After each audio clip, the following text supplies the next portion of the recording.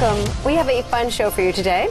My first guest has starred on Days of Our Lives for over 20 years as the feisty Sammy Brady. You've also seen her weighing in as host on NBC's The Biggest Loser. And now she's adding novelist to her resume. Here with me is author of The Star Attraction, Alison Sweeney. Welcome. Thank you. Thank you. I am just like, can I just do this? We're not worthy. Unbelievable, all the stuff you've done. You have one of those like doppelganger machines where there are 8 of you, right? That's my big trick, yes. There are 8 of... No, I don't know. I just have a lot of things I want to do in my life, and it's just...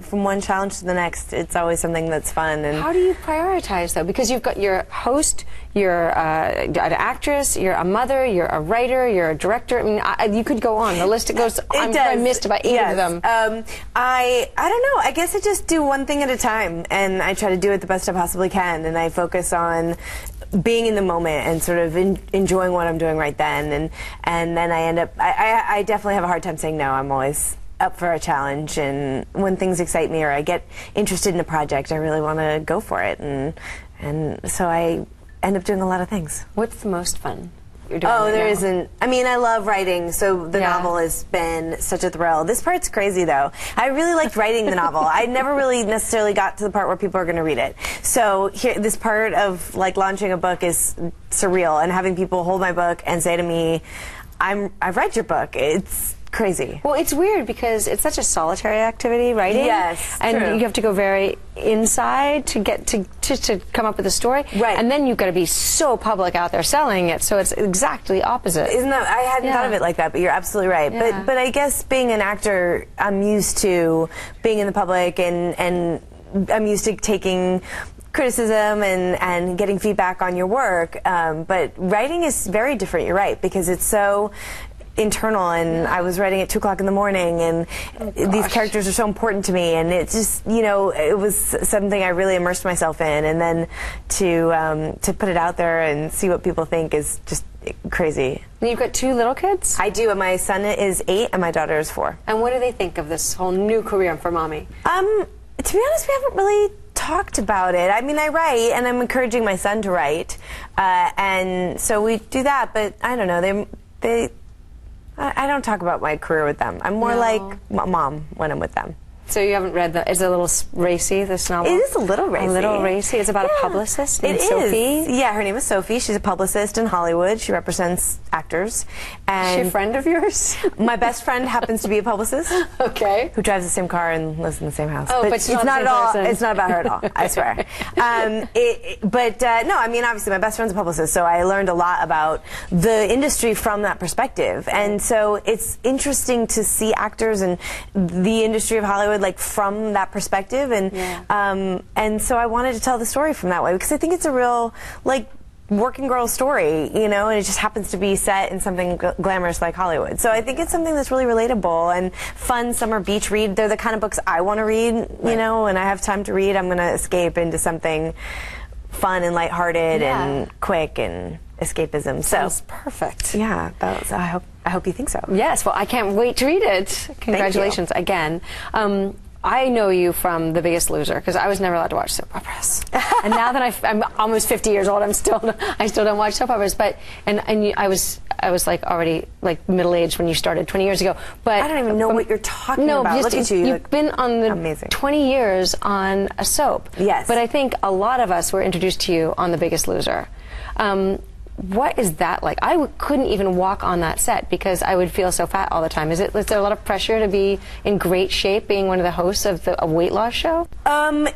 There is, I don't know, I wouldn't call it pressure, because I don't think it's like that. I put pressure on myself to be healthy, but it's not about that. That's, I think, a really important difference for The Biggest Loser than anything else out there, is I think that our motive and our inspiration and what we strive for is to be healthy. Okay. And to me, I think that's the most important difference in mindset, because I think striving to be healthy is such a positive thing, and it's sort of never ending. Right. It's not, but with you, it's not just being healthy. I mean, you are so hot. I'm looking at this cover of Shape magazine, and it's beyond healthy. This is stunning.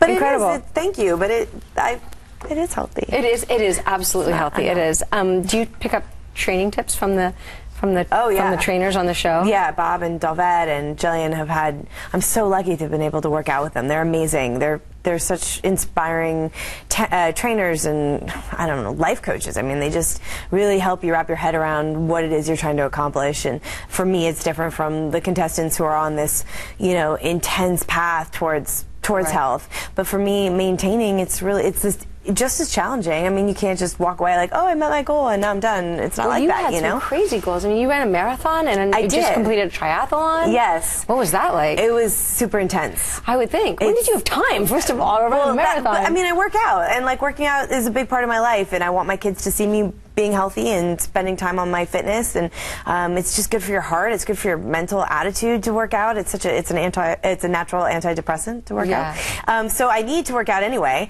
But to set goals for myself, like running the marathon, it just guided my fitness in a specific direction. So rather than like, oh, I need to burn X amount of calories, or oh, I really have to go to the gym, I'm like, no, I really need to run 10 miles today. Like I have to.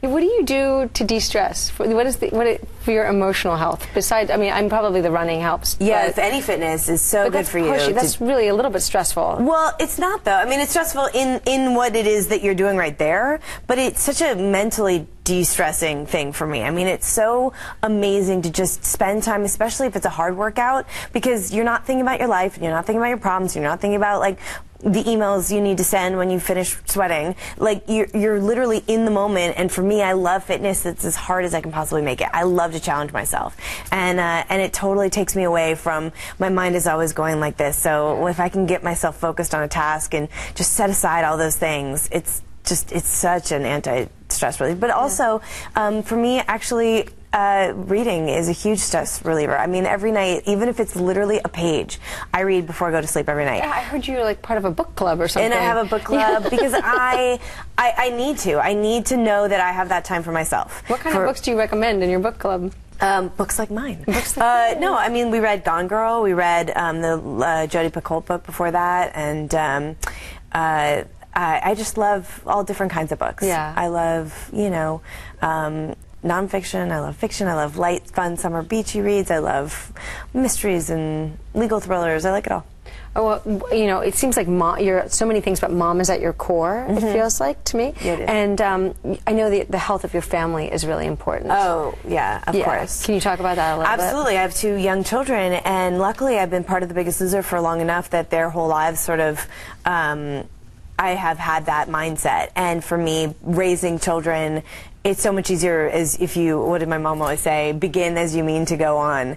And so raising my kids, I've just always focused on their health and their fitness. And I don't know, I sort of wrapped my head around the idea from the beginning. I've decided to be like, trying a new technique. I feel like the statistics in this country are staggering when you talk about childhood obesity. Oh, yeah. And they're continuing to get worse. It's not getting better. In case anyone's curious, it's getting worse. And so I don't like we're not telling our kids that food's unhealthy, like we're trying to keep them in this bubble. So I decided that I feel like it's say no to don't take candy from strangers mentality. Right. Like at a certain point, you have to keep them safe. Right. And they're out there on their own, like making their own food choices at a very young age. Right. I need to let my child know to arm him and her with the tools that they need to make the right choices for themselves.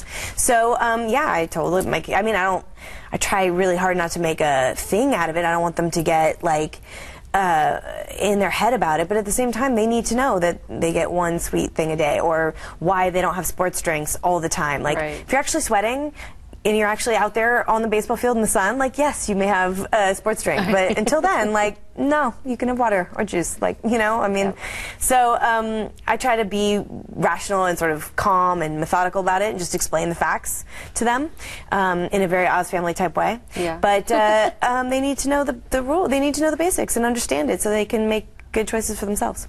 What, for all of your fans out there, including myself, what's next on the horizon? I'm writing my second book right now. You're running for president? No. That looks like a really tough job. I'm writing my next book. It's another novel. I'm really excited about that. I direct a little bit at Days of Our Lives. I'm still going strong. The summer storyline at Days of Our Lives is very exciting. We have a new season of The Biggest Loser coming out this fall, which we just announced, so that's very exciting. And all good things. Yeah, all good things. Well, thank you so much for being with us. Thank you for having me. Up next, wellness activist Kathy Freston sharing ways to get slim starting today. Stay tuned.